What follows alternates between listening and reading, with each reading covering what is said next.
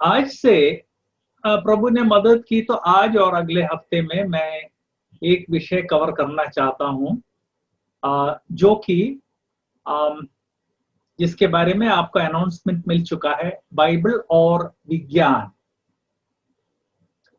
विज्ञान के बारे में हर कोई जानता है और हर कोई जानता है कि जब बच्चे जैसे ही स्कूल से हाई क्लास में जाते हैं, हम में से हर कोई ये कोशिश करता है कि बच्चे को साइंस दिला दिया जाए। मैं जब विद्यार्थी था तब तो स्थिति ये थी कि 3 ग्रुप थे। एक आर्ट्स ग्रुप था, एक साइंस ग्रुप था, एक मैथ्स ग्रुप था।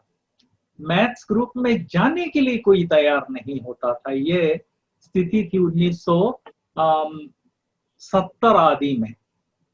लेकिन अब मैथ्स की भी डिमांड है, लेकिन कुल मिला के मैं जो बताना चाहता हूं वो ये है कि विज्ञान के महत्व से हम में से कोई भी व्यक्ति अनजान नहीं है। हम एक ऐसे युग में जी रहे हैं जहां हर जगह विज्ञान ही विज्ञान है और विज्ञान हमारी मदद करता है।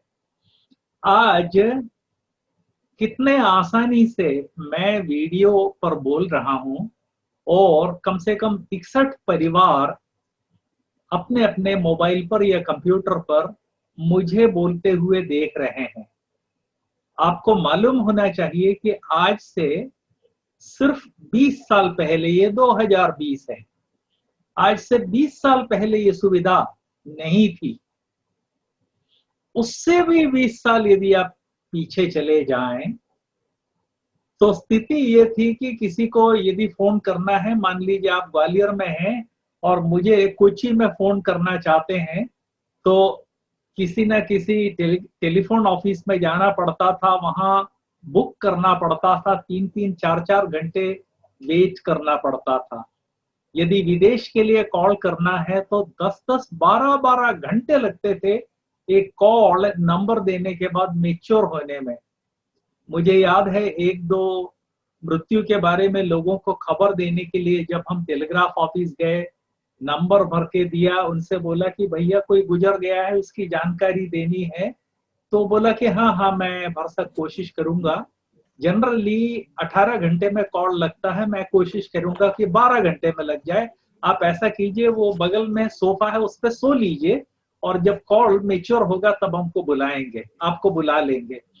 तो 1980 में ये स्थिति थी कि आपको यदि विदेश के लिए कॉल करना है तो 18 घंटे तक इंतजार करना पड़ता था। आज हम कॉल लगा लेते हैं, 18 सेकंड इंतजार नहीं करना पड़ता है। ये विज्ञान के कारण हुआ है। और अब तो स्मार्टफोन सब जगह आ गए हैं, तो इसलिए वीडियो भी देखना आसान हो गया है। जूम आ गया है, इसके कारण एक साथ सैकड़ों लोग क्लासेस अटेंड कर सकते हैं। ये सब कहां से आया? ये विज्ञान की देन है। विज्ञान कहां से आया?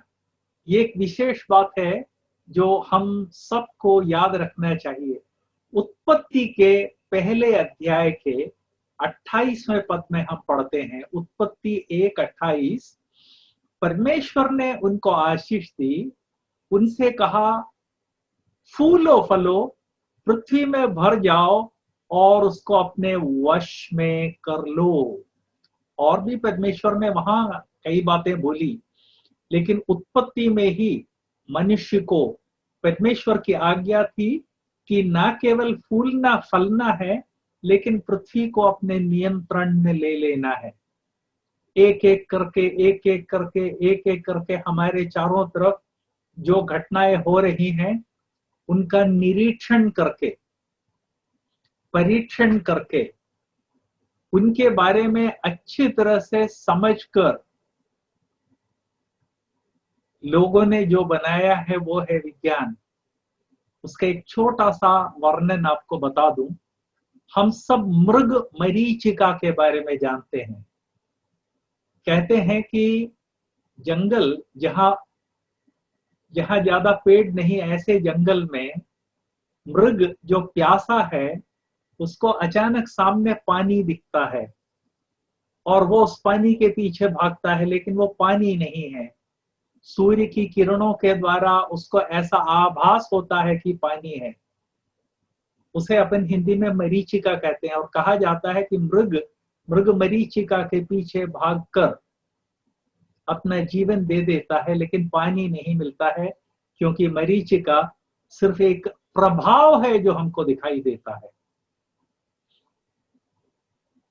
मैं जिस शहर में हूं, यहाँ हम लोग गर्मी के सीजन में जब सड़क पर गाड़ी चलाते हैं तो अचानक लगता है कि अरे सामने सड़क पर 10-10 फुट पानी भरा हुआ है, आगे कैसे जाएंगे। ये भी मृग मरीचिका का एक और रूप है। ये मरीचिका जो मृग के बारे में कहती है, जिसके बारे में कहा जाता है कि वो मृग का जान ले लेती है, मनुष्य ने उसको जानने और पहचानने की कोशिश की कि ऐसा क्यों होता है।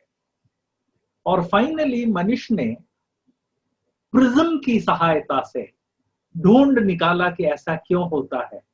प्रिज्म शब्द यहां सबने सुना है, सभी लोग पढ़े लिखे हैं। आपने प्रिज्म पर कोई एक्सपेरिमेंट किया हो या ना किया हो, लेकिन प्रिज्म देखा जरूर होगा। प्रिज्म की सहायता से जब एक्सपेरिमेंट किए गए तब पता चला कि मरीचिका का रहस्य क्या है, क्यों ये मरीचिका उत्पन्न होती है। मनुष्य को प्रभु ने जो विशेष योग्यता दी है, उस योग्यता के कारण वह मरीचिका जो जान ले लेती है, उसी मरीचिका का जो प्रभाव है, उसका उपयोग करके वैज्ञानिकों ने लगभग 40 साल के रिसर्च के बाद वैज्ञानिकों ने एक चीज का आविष्कार किया, वो है ऑप्टिकल फाइबर। सब लोगों ने ऑप्टिकल फाइबर का नाम सुना होगा। आप सड़क पर जाएंगे, कई शहरों में सड़क के किनारे जरा सी खूंटी लगी रहती है जिसके ऊपर लिखा रहता है OFC, जिसका मतलब है ऑप्टिकल फाइबर केबल। मतलब यहां खोदा खादी करो तो याद रखना कि नीचे ऑप्टिकल फाइबर जा रहा है, और कट गया तो फिर उसको तुम नहीं जोड़ पाओगे। ये ऑप्टिकल फाइबर जिसके कारण मुझे और आपको, हम एक दूसरे को आज जो देख पा रहे हैं, इसका मेन कारण यह है कि मेरे और आपके मोबाइल से सबसे पास में जो टावर है उसके पास तक जाता है। उस टावर से या तो ऑप्टिकल फाइबर के द्वारा या माइक्रोवेव के द्वारा ये जो सिग्नल है आपके पास पहुंचता है, मेरे पास पहुंचता है, जिसके कारण आज मैं अपने सामने बैठे हुए लगभग 63 परिवारों को चाहे तो देख सकता हूं, और आप सब लोग तो मुझे देख ही रहे हैं। यह है विज्ञान। अब सवाल यह है कि बाइबल और विज्ञान के बारे में चर्चा करने की क्या जरूरत है।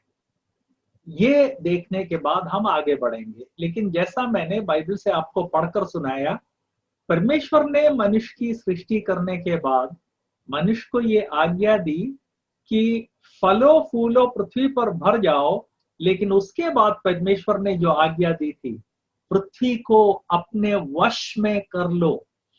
इसको कई लोगों ने गंभीर तरीके से लिया, और इस कारण आज विज्ञान हमारे चारों ओर है, इवन हमारी जेब में भी है। यदि बॉल पेन आपकी जेब में है तो वो विज्ञान का एक करिश्मा है कि एक ऐसा पेन जिसमें स्याही भर दिया गया है या स्याही भर दी गई है, एक तरफ से खुला हुआ है और स्याही बाहर नहीं जा रही।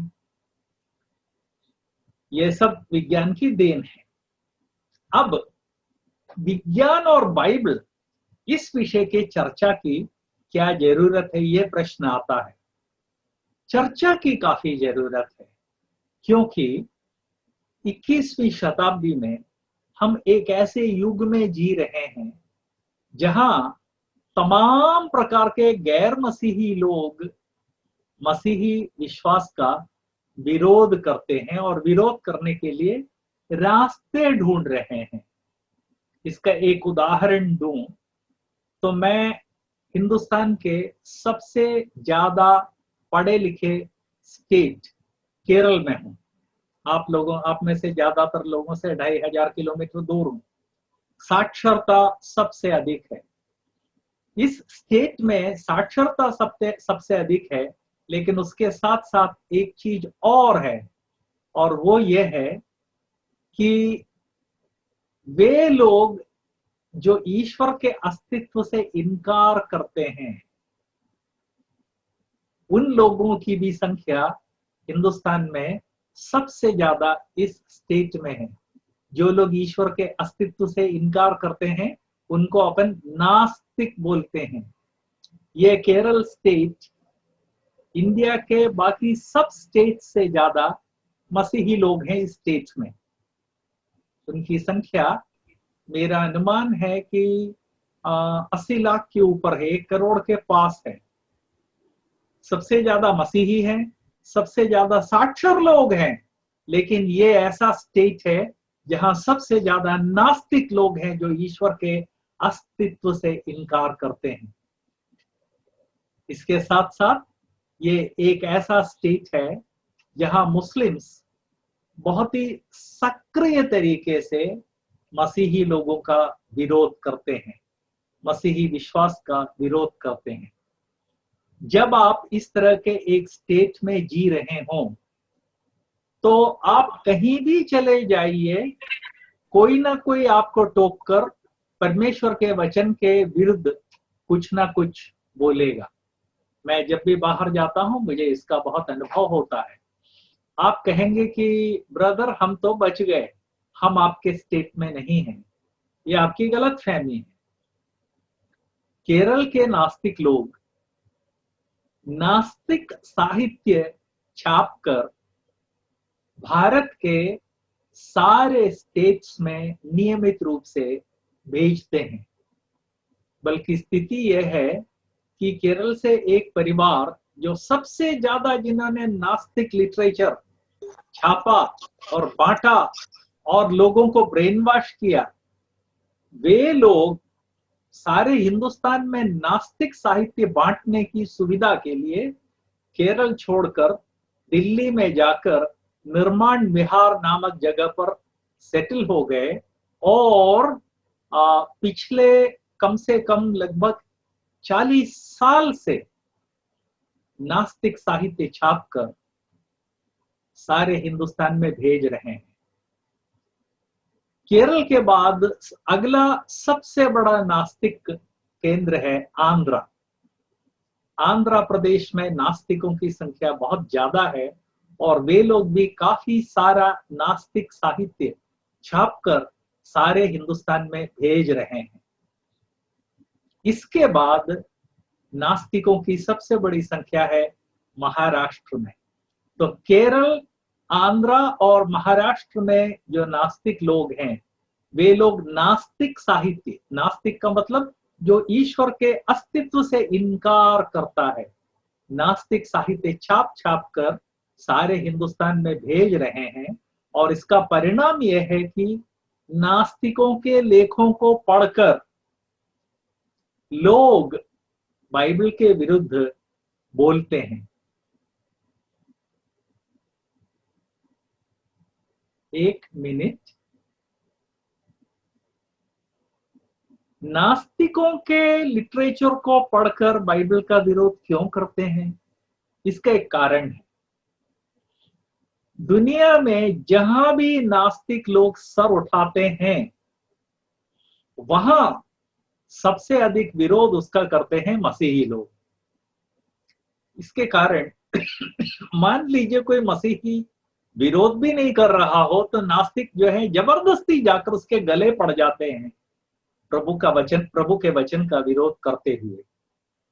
चूंकि भारत में इस तरह से नास्तिकों की संख्या बढ़ रही है और अब चूंकि इलेक्ट्रॉनिक माध्यमों के आगमन के साथ साथ किसी भी विषय पर किसी भी तरह का साहित्य प्रोड्यूस करके, audio, video, literature, PDF produce करके बहुत ही सस्ते में, बल्कि नाम मात्र की कीमत पर आप हजारों लोगों तक पहुंचा सकते हैं। इस कारण नास्तिक लोग भारत में बहुत सक्रिय हो गए हैं। आप कहेंगे कि आज तक तो हमसे कोई टकराया नहीं है। सच है, आज तक आपसे कोई टकराया नहीं है। जरा एक बात बताइए, आप जब सड़क पर जाते हैं तो आज तक कभी एक्सीडेंट नहीं हुआ। इसका मतलब यह है क्या कि आप अपने बच्चे से कहा कि जा बेटा सड़क पर खेल कूद, कुछ नहीं होगा? जी नहीं, ऐसा नहीं है।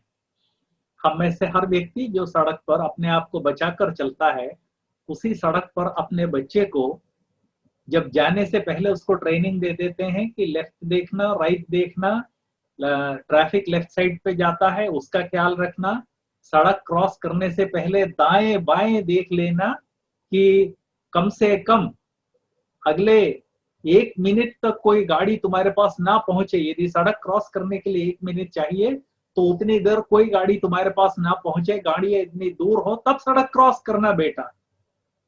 इसी तरह से जब हम अपने बच्चे को सुरक्षा के बारे में आ, बताते हैं, उसी तरह मैं आपको याद दिलाना चाहता हूं, मेरे आपके बच्चे जो स्कूलों में और कॉलेजेस में पढ़ने के लिए जाते हैं, इनके साथ तमाम प्रकार के नास्तिक लोग होते हैं। आप कहेंगे कि हम जब पढ़ते थे तब नहीं होते थे, आजकल होते होंगे। जी नहीं, ये आपकी गलतफहमी है। आप जब पढ़ते थे तब हो सकता है कि हिंदुस्तान के किसी ऐसे इलाके में आपकी पढ़ाई लिखाई हुई हो जहां जिस स्कूल में या कॉलेज में आप गए थे वहां पर कोई नास्तिक नहीं था जो आपके साथ छेड़छाड़ करे या वाद विवाद करे। लेकिन ग्वालियर जैसे शहर में जब मैं बीएससी फर्स्ट ईयर में, मैं 1971 में हायर सेकेंडरी पास करके बीएससी फर्स्ट ईयर में पहुंचा। फर्स्ट ईयर पहुंचते ही, नाम सुनते ही, हाँ, लोग पूछते थे अच्छा जॉनसन फिलिप ईसाई हो। वो 3000 विद्यार्थी उस कॉलेज में पढ़ते थे, उसमें मैं एकमात्र मसीही था और इसलिए मैं लगभग सभी का टारगेट था। और टारगेट होने के कारण इवन जो मुझसे जिनका अच्छा स्नेह संबंध था वो भी आकर कोई ना कोई प्रश्न पूछने से बाज नहीं आते थे। तो यदि आज से 50 साल पहले शहर में जब मैं कॉलेज में पढ़ता था तब यदि मेरे साथी लोग आकर बाइबल के विरुद्ध, परमेश्वर के विरुद्ध यदि बोलते थे या कोई ना कोई इस तरह से टिप्पणी करते थे, तो आज 50 साल के बाद आपके बच्चे जो स्कूलों और कॉलेजेस में पढ़ रहे हैं उनकी क्या स्थिति होगी, इस बात को आप अच्छी तरह से समझ लीजिए। मैं इसलिए बोल रहा हूं कि कई बार जब बाइबल एंड साइंस के बारे में बोलते हैं तो लोगों को लगता है कि अरे बाप रे, साइंस बहुत मुश्किल है, कौन उस पचड़े में पढ़े, और वैसे भी हमको जरूरत नहीं पड़ती है। देखिए, हम यहाँ जो चीजें पढ़ रहे हैं खासकर ब्रदरन डिसाइपलशिप ट्रेनिंग इंस्टीट्यूट में, इनमें से हर चीज अपनी जरूरत के लिए नहीं बल्कि इनमें से बहुत सारी चीजें हम इसलिए पढ़ रहे हैं क्योंकि हमें दूसरों की मदद करनी है और सबसे पहली मदद तो अपने परिवार में ही करनी है। तो इस बात को याद रखें कि हाँ, आपसे यदि किसी ने इन विषयों पर कुछ नहीं पूछा तो उसका मतलब ये नहीं है कि आपके बच्चे, आपके छोटे भाई, आपकी छोटी बहन, आपके बच्चे बचे हुए, जी नहीं, वे जहां भी जाएंगे वहां इन लोगों से प्रश्न पूछा जाएगा।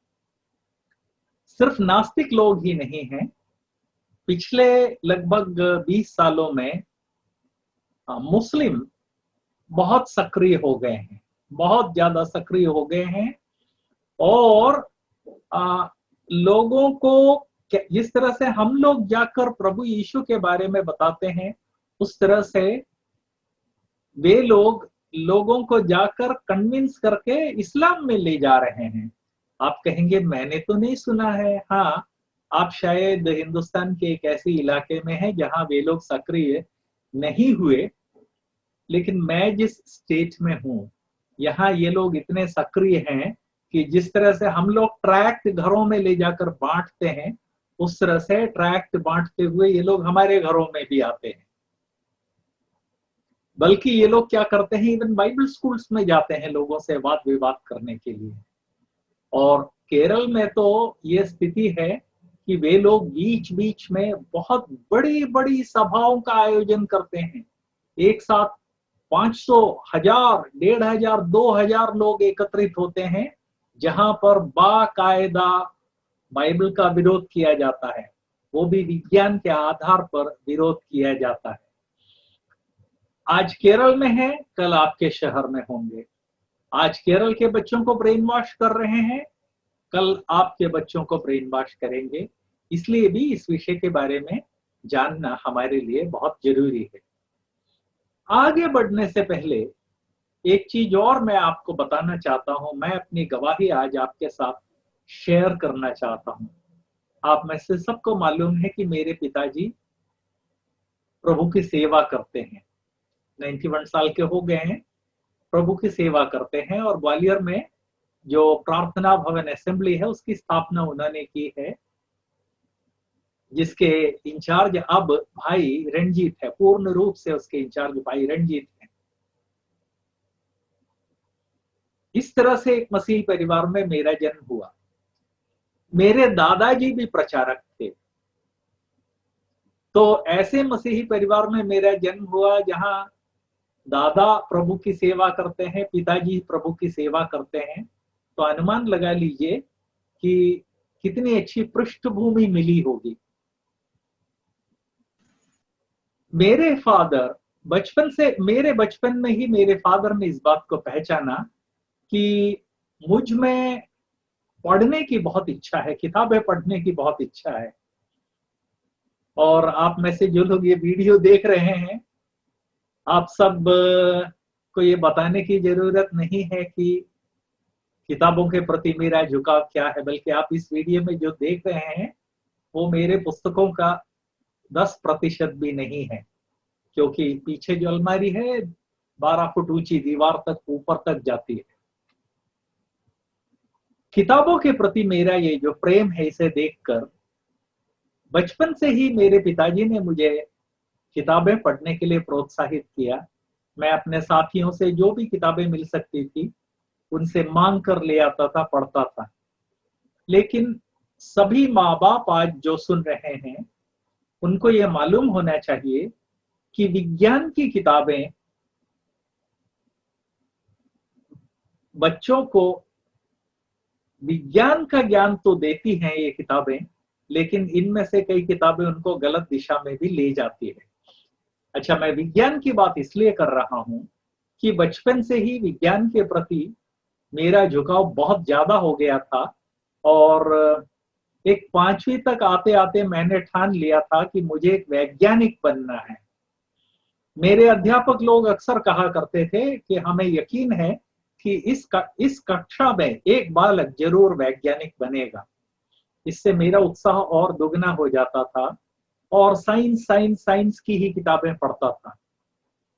लेकिन विज्ञान की लगभग सभी किताबें बार बार ये बात बताती है कि मनुष्य सृष्टि नहीं हुई है, पृथ्वी की सृष्टि नहीं हुई है, ये संसार, ये विश्व अपने आप बना है। और जब ये विश्व अपने आप बन गया तो पृथ्वी पर जीवन की उत्पत्ति, जीवन अपने आप उत्पन्न हुआ। और जीवन अपने आप उत्पन्न होने के बाद धीरे धीरे धीरे क्रमबद्ध तरीके से विकास होता चला गया और फाइनली बंदर बन गया। और बंदर फाइनली धीरे धीरे विकास के बाद मनुष्य बन गया। इसको अपन डार्विन का विकासवाद का सिद्धांत बोलते हैं। अंग्रेजी में कहा जाए तो Darwin's theory of evolution. Darwin का नाम जुड़ा है, लेकिन डार्विन के अलावा सैकड़ों लोगों ने इस थ्योरी को डेवलप करने में योगदान दिया है। आज मेरे आपके बच्चे स्कूल में दूसरी क्लास से उनकी जो किताबें हैं उसमें ये पढ़ते हैं। तो आप कहेंगे क्या कह रहे हैं ब्रदर? जी हाँ, जिन स्कूलों में कक्षा 2 से भूगोल पढ़ाया जाता है, ज्योग्राफी पढ़ाई जाती है, वहां इन किताबों में उनको ये भी पढ़ाया जाता है कि सारा विश्व अपने आप बन गया, उसमें से पृथ्वी अपने आप बन गई, पृथ्वी पर जीवन अपने आप, जीवन का उदय हुआ, एक अमीबा अपने आप बन गया, और धीरे धीरे वो अमीबा जब विकास हुआ तो उससे बड़ा जानवर बना। इस तरह से विकास होते होते बंदर बने, और बंदर से विकास होकर मनुष्य आया। ये आपके बच्चों को पढ़ाया जाता है। जितने माँ बाप आज प्रभु का संदेश सुन रहे हैं, उन सबको मैं याद दिलाना चाहता हूं, आपके बच्चों को उनके भूगोल के और उनके विज्ञान की और बायोलॉजी की किताबों में क्या पढ़ाया जाता है, ये आपको ज्ञात होनी, ये बात आपको ज्ञात होनी चाहिए। और यदि नहीं ज्ञात है आपको, आप नहीं जानते, तो मैं एक प्रश्न पूछना चाहता हूं कि आपके बच्चे का भविष्य आपके हाथ में है, और आप इतने लापरवाह हैं क्या कि आप कभी ध्यान भी नहीं देते कि आपका बच्चा क्या पढ़ रहा है। आप कहेंगे कि ब्रदर, यदि मेरा बच्चा क्या पढ़ रहा है ये मैं जान लूं तो भी उससे कोई फायदा नहीं है, क्योंकि पाठ्य पुस्तक को तो मैं बदल नहीं सकता। जी हाँ, पाठ्य पुस्तक को आप बदल नहीं सकते हैं, लेकिन कम से कम एक काम आप कर सकते हैं। आपका बच्चा जब उस विषय को सीखे तब उसको ये बता दिया जाए कि बेटा ये उन लोगों की थ्योरी है, इसको एग्जाम में पास होने के लिए लिख देना, लेकिन इस पर विश्वास मत करना। ये बताना मेरी आपकी जिम्मेदारी है। सड़क पर शराबी, कबाबी, लुच्चे लोग गाली गलौज देते हैं। इन गाली गलौज को सुनने से आप अपने बच्चों को रोक नहीं सकते। बच्चों के कानों में 24 घंटे आप रुई नहीं ठूस सकते। मैं तो रहता ही ऐसे इलाके में था जहां तो 24 घंटे गालियों की बौछार चलती थी। बगल में जो मकान है वहां से बच्चों को सुनने से आप नहीं रोक सकते।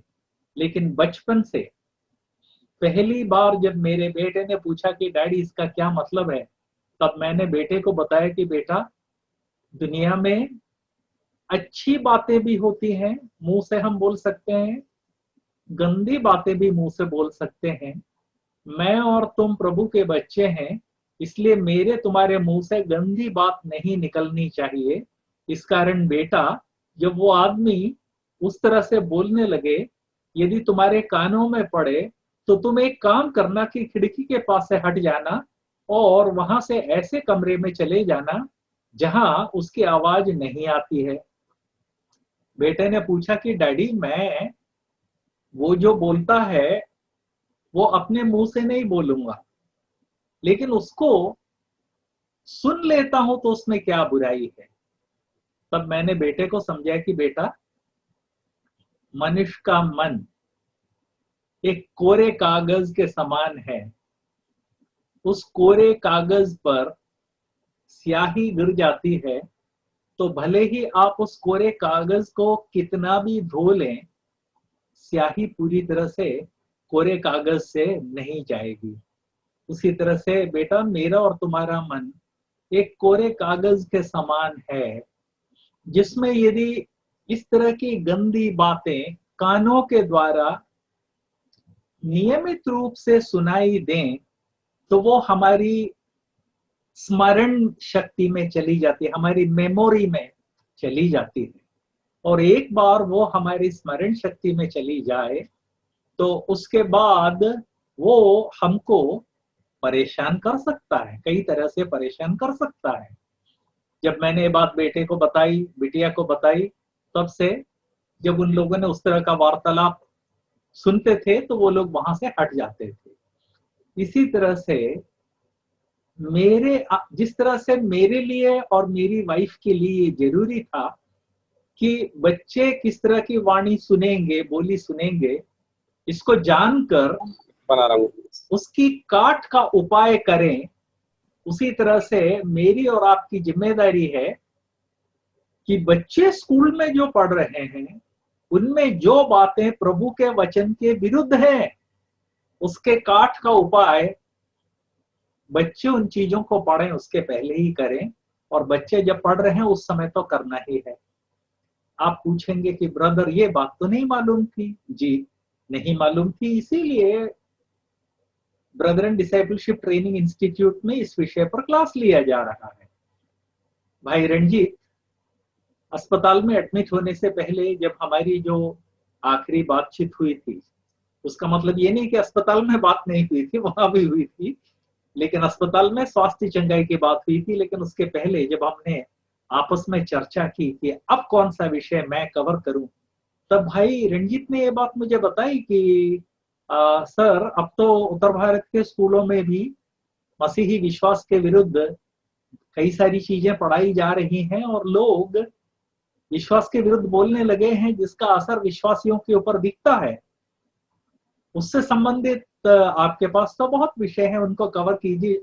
इस तरह से भाई रंजीत से जो चर्चा हुई, इस कारण मैं ये विषय ले रहा हूं, क्योंकि आप जो प्रश्न पूछ रहे हैं वो ऑलरेडी उन्होंने बोल दिया मुझसे कि बच्चे जहां जाते हैं वहां विश्वास का विरोध हो रहा है, इसलिए उसकी काट का जो तरीका है वो माँ बाप को बताया जाना जरूरी है। प्लस जो बच्चे आज प्रभु का संदेश सुन रहे हैं, उनसे भी मेरा अनुरोध है कि बेटा, मैं विषय इतने सरल तरीके से प्रेजेंट करूंगा कि तुम भी समझ सको, इसलिए ध्यान से सुनना। माँ बाप से मेरा अनुरोध है कि अपने आप को एजुकेट करें कि आपके बच्चे हिंदी, ज्योग्राफी, भूगोल, इतिहास, विज्ञान, इनमें क्या पढ़ रहे हैं, और यदि उनमें ऐसी चीज आपको दिखाई देती है जो कि विश्वास के विरुद्ध है, तो उनको सही रास्ता बताइए। अब आइए वापस मेरी गवाही पर। मैं चूंकि विज्ञान की ही किताबें पढ़ता जाता था, तो लगभग हर किताब में ये बात बताई गई होती थी कि ये विश्व, अरे ये तो अपने आप पैदा हुआ, ये पृथ्वी अपने आप पैदा हुई, जीवन अपने आप एक अमीबा पैदा हुआ, पानी से निकला, और अमीबा से फिर जीवन विकास होते होते होते होते बंदर बना, और बंदरों से या वन मनुष्य, मनुष्य के समान होता है, वन मनुष्य से विकास होकर मनुष्य बना। सुबह जो किताब पढ़ूं, दोपहर को जो पढ़ूं, शाम को जो पढ़ूं, रात को जो पढ़ूं, सभी किताबों में यही बात बताई गई थी। और जब बार बार बार बार ये बात बताई जाती है तो दिमाग पर असर होता है। जो माँ बाप आज सुन रहे हैं, उनसे मेरा अनुरोध है कि आप जरा इस विषय को गंभीरता से लें। आपके जीवन में जरूरत नहीं पड़ी हो तो भी आपके बच्चे को इसकी जरूरत है, इसलिए इसको गंभीरता से सुने। आज से 50 साल पहले एक प्रयोग किया गया था। प्रयोग ये था, एक 2 टन वजन का लोहा लटका दिया गया। 2 टन मतलब 2000 किलोग्राम वजन का लोहा लटका दिया गया। उसके बगल में 1 ग्राम का कॉर्क, आजकल तो कॉर्क दिखता ही नहीं है, जो बच्चे लोग सुन रहे हैं वो समझ लें कि कॉर्क फोम के समान एक चीज होती है जो बहुत हल्का होता है। हम जब तुम्हारी एज के थे तब बोतलों को बंद करने के लिए कॉर्क का उपयोग करते थे। एक तरफ 2 टन का लोहे का पिंड टंगा हुआ है, उसके बगल में 1 ग्राम का कॉर्क टंगा हुआ है। हम जानते हैं कि 2 टन का यदि लोहा टंगा हुआ है तो उसको धक्का देके थोड़ा सा मूव करने में कितनी शक्ति लगती है। सामान्यतया एक औसत व्यक्ति के वश की बात नहीं है। उसके बगल में 1 ग्राम का जो कॉर्क टांगा गया था, उस पर वैज्ञानिकों ने यो बार बार चोट की, जिससे वो कॉर्क, 1 ग्राम का कॉर्क 2000 किलोग्राम के उस स्टील के पिंड से जाकर टकराता था। क्या हुआ? कहते हैं ना, ऊंट के मुंह में जीरा, उसी तरह से 2000 किलोग्राम के स्टील के पिंड के ऊपर 1 ग्राम का कॉर्क जाकर चोट करे, क्या होगा? कुछ नहीं होगा। लेकिन वैज्ञानिक लोग इस बात का यकीन करना चाहते थे कि ऐसा ही होता है क्या। वो लोग करते रहे करते रहे करते रहे। लगभग आधे घंटे के बाद अचानक उन्होंने एक विचित्र बात देखी कि वो 2000 किलोग्राम का स्टील का पिंड हल्के से कांपने लगा था, वाइब्रेट करने लगा था। इससे उनका उत्साह बहुत बढ़ा और वे लोग उसी तरह से कॉर्क के द्वारा चोट करते गए। एक निश्चित समय के बाद क्या हुआ, वो 2000 किलोग्राम का पिंड अपने टंगा हुआ था ना, उस पर डोलने लगा। ये विज्ञान का एक नियम है कि बार बार यदि चोट करें असर होगा। इवन जो बुलेट प्रूफ ग्लास जिसे कहते हैं, जिसको बंदूक की गोली भी नहीं तोड़ सकती, उस पर एक ही पॉइंट पर यदि आप फायर करें तो चौथी या पांचवी गोली में वो चटक जाता है। मनुष्य मन बिल्कुल इस तरह से है। मेरे आपके मन के ऊपर नियमित रूप से यदि बाइबल के विरुद्ध जो आइडियाज हैं, बाइबल के विरुद्ध जो टीचिंग्स हैं, बाइबल के विरुद्ध जो आर्ग्यूमेंट्स, जो वाद विवाद है, वो यदि नियमित रूप से हमारे दिमाग पर चोट करे तो कुछ समय के बाद हमारा विश्वास डगमगाने लगता है और कुछ और समय के बाद हम हो सकता है कि विश्वास त्याग कर दें। आप पूछेंगे कि ब्रदर ऐसा होता है क्या? जी हाँ, मैं पिछले लगभग 50 साल से जवानों के बीच में, विद्यार्थिनियों के बीच में काम करता आया हूं। अब जवान ना रहा, लेकिन अभी भी बहुत सारे लोग मुझसे 30-30, 40-40, इवन 50 साल मुझसे जूनियर हैं। वे लोग नियमित रूप से मुझसे लिखते हैं, अंकल फलाने प्रश्न का जवाब, फलाने का जवाब, फलाने का उत्तर क्या है। चूंकि इस तरह से बहुत ही व्यापक तरीके से मैं जवानों से कम्युनिकेट करता हूं, वार्तालाप करता हूं, इसलिए उनके मन में जो हो रहा है वो मुझे अच्छी तरह से मालूम है। मैं ऐसे कई जवानों को जानता हूं जिनको समय पर मदद ना मिलने के कारण विश्वास में डगमगाने लगे, और डगमगाते समय मदद न मिलने के कारण उन्होंने विश्वास त्याग कर दिया। तो इसलिए यदि सोचते हैं कि आपके बच्चे के साथ ऐसा नहीं होगा, तो याद रखिए, जिस तरह से 2 टन का स्टील का पिंड एक क्या है, एक पंख के समान लाइट कॉर्क, जब उसको नियमित रूप से चोट करता है तो वो उस 2000 किलोग्राम के पिंड को आंदोलित कर देता है, डोलने के लिए मजबूर कर देता है। उसकी तुलना में मनुष्य मन तो बहुत छोटी चीज है, जिसके ऊपर नियमित रूप से फायर किया जाए तो मनुष्य मन, पहले तो उसमें शंका आती है और शंका के बाद फिर मनुष्य मन कई बार विश्वास को त्याग कर देता है। मेरे साथ कुछ ऐसा ही हुआ। बचपन से विज्ञान की किताबें पढ़ता था। हर किताब मुझे बताती थी दुनिया तो अपने आप पैदा हुई है। लगभग हर किताब मुझे बताती थी पृथ्वी तो अपने आप पैदा हुई है। पृथ्वी पर अमीबा अपने आप पैदा हुआ, अमीबा का विकास हुआ, धीरे धीरे अन्य जानवर आए, बंदर बने, बंदरों में वन मानुष आया जो मनुष्य के समान था, और फिर उसका विकास होकर मनुष्य पैदा हुआ। परिणाम क्या हुआ कि 9th में आते आते मेरे मन में शंकाओं ने पूरी तरह से घर कर लिया। मैंने प्रभु यीशु को 5 साल की उम्र में ग्रहण किया था। नॉर्मली जो 5 साल के बच्चे होते हैं उनसे ज्यादा मेरी अंडरस्टैंडिंग थी। इस कारण 5 साल की उम्र में फादर से मैंने पूछा कि उद्धार कैसे पाऊं। फादर ने मुझे बताया यूहन्ना 3:16 के आधार पर कि उद्धार कैसे पाऊं। 5 साल की उम्र में प्रभु को ग्रहण किया और 15 या 16 साल की उम्र में अपने विश्वास में डगमगाने लगा। कहां जाऊं, क्या करूं?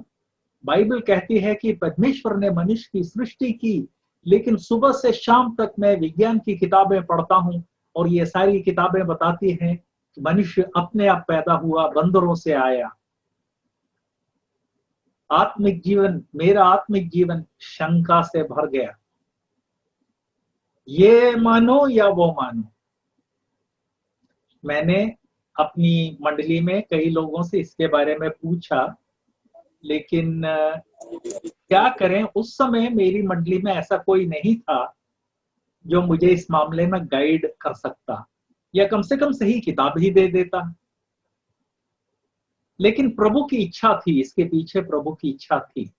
प्रभु चाहते थे कि एक युवा जिसने प्रभु को ग्रहण किया है और जो प्रभु से प्रेम करता है, जब उसके मन में शंकाएं आती हैं तो उस शंका का सही समाधान ना हो तो वो जीवन में कितने आत्मिक संघर्ष से होकर गुजरता है। प्रभु चाहते थे कि मैं इस बात को जानूं और पहचानूं। इस कारण 9th में मैंने भारी संघर्ष किया, 10th में मैंने भारी संघर्ष किया, 11th में, उस समय सिर्फ 11th होता था मध्य प्रदेश में, 11th में भारी संघर्ष किया। 11th आते आते मैं प्रभु से विनती करने लगा, प्रभु मैं क्या करूं? आपका वचन कहता है कि आपने मनुष्य की सृष्टि की।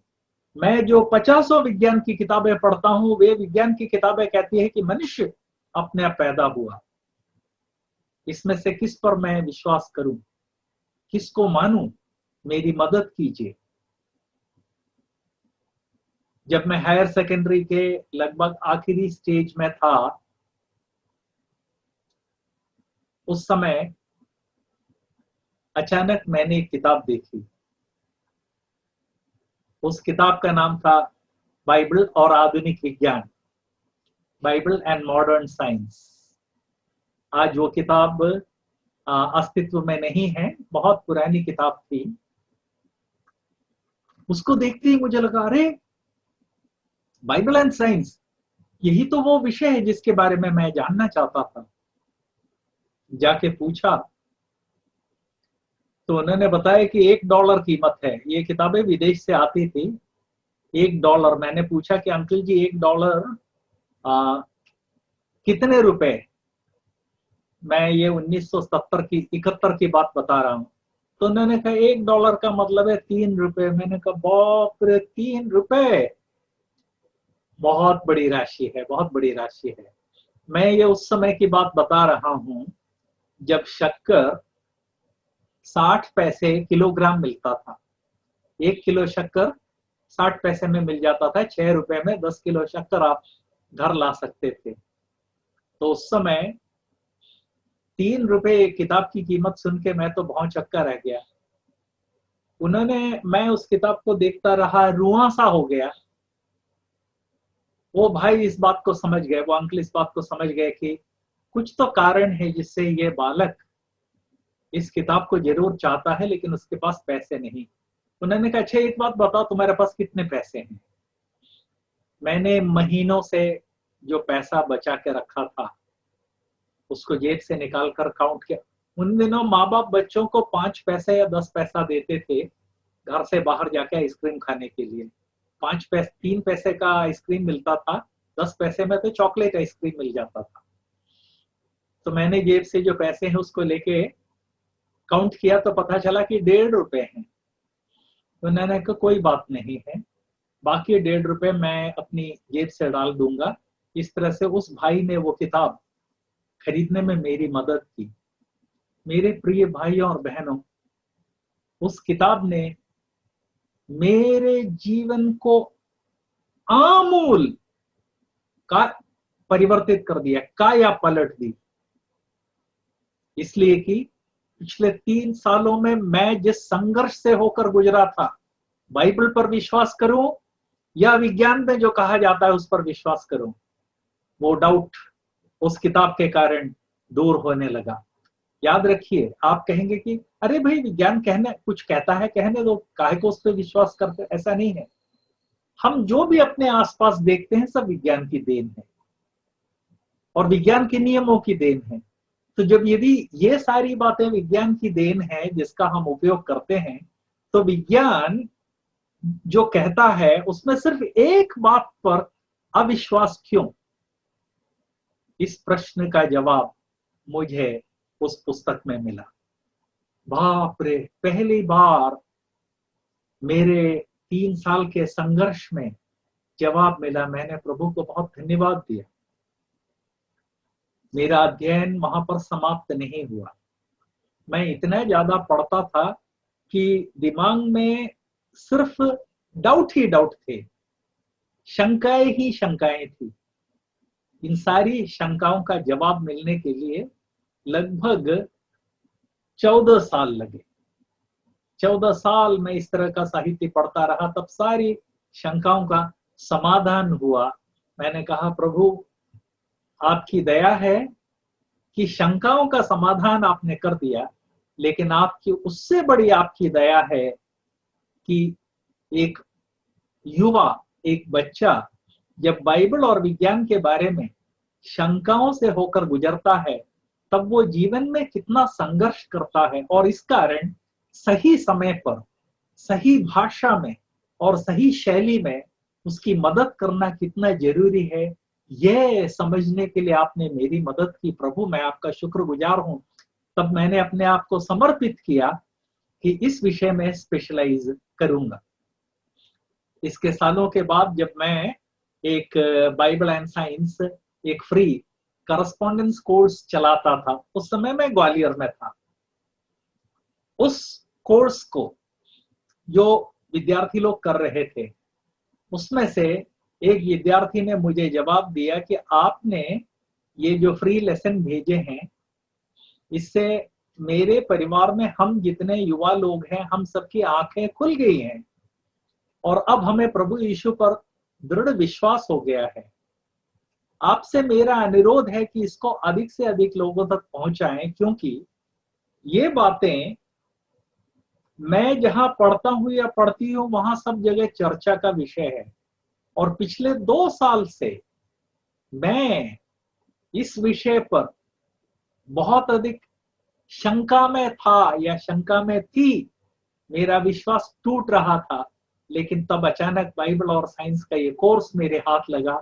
इसको पढ़ने के बाद मेरे मन की शंकाएं दूर हुई, मेरा विश्वास दृढ़ हुआ। मैं जब 9th में था, तब शंका से भर गया। 3 साल जीवन में बहुत संघर्ष किया। तब मुझे बाइबल एंड मॉडर्न साइंस नाम की पुस्तक मिली, और उस पुस्तक के कारण मैं वापस विश्वास में आया। आज जो माँ बाप, जो बड़े भाई बहन लोग, जो अंकल और आंटी लोग, जो प्रचारक लोग क्लास में प्रभु का संदेश सुन रहे हैं, उन सब से मैं अनुरोध करना चाहता हूँ, प्रिय भाई प्रिय बहन, हमारे बच्चों के ऊपर बहुत अटैक हो रहा है। उनके विश्वास को छीनने की कोशिश की जा रही है। उनको यदि उनके विश्वास में स्थिर करना है, तो कई विषय हमको सीखने पड़ेंगे, जिसमें से एक है बाइबल एंड साइंस। आज ये जो पृष्ठभूमि मैंने आपको तैयार करने के लिए दी है, इस पृष्ठभूमि से स्टार्ट करके हम अगले हफ्ते, प्रभु ने मदद की तो इस विषय में आगे बढ़ेंगे। प्रभु के नाम की स्तुति हो। मुझे इस तरह से जो अवसर प्रभु ने दिया, उसके लिए मैं प्रभु का, मंडली ने जो अवसर दिया उसके लिए मंडली का, और मुझे इस तरह से जो इंट्रोड्यूस किया उसके लिए मैं शास्त्री जगवीर का बहुत अधिक आभारी हूँ। प्रभु का आभारी हूँ कि हम भाई रंजीत को अपने बीच में पाते हैं। प्रार्थना करेंगे कि प्रभु उनको स्वास्थ्य और चंगाई दें।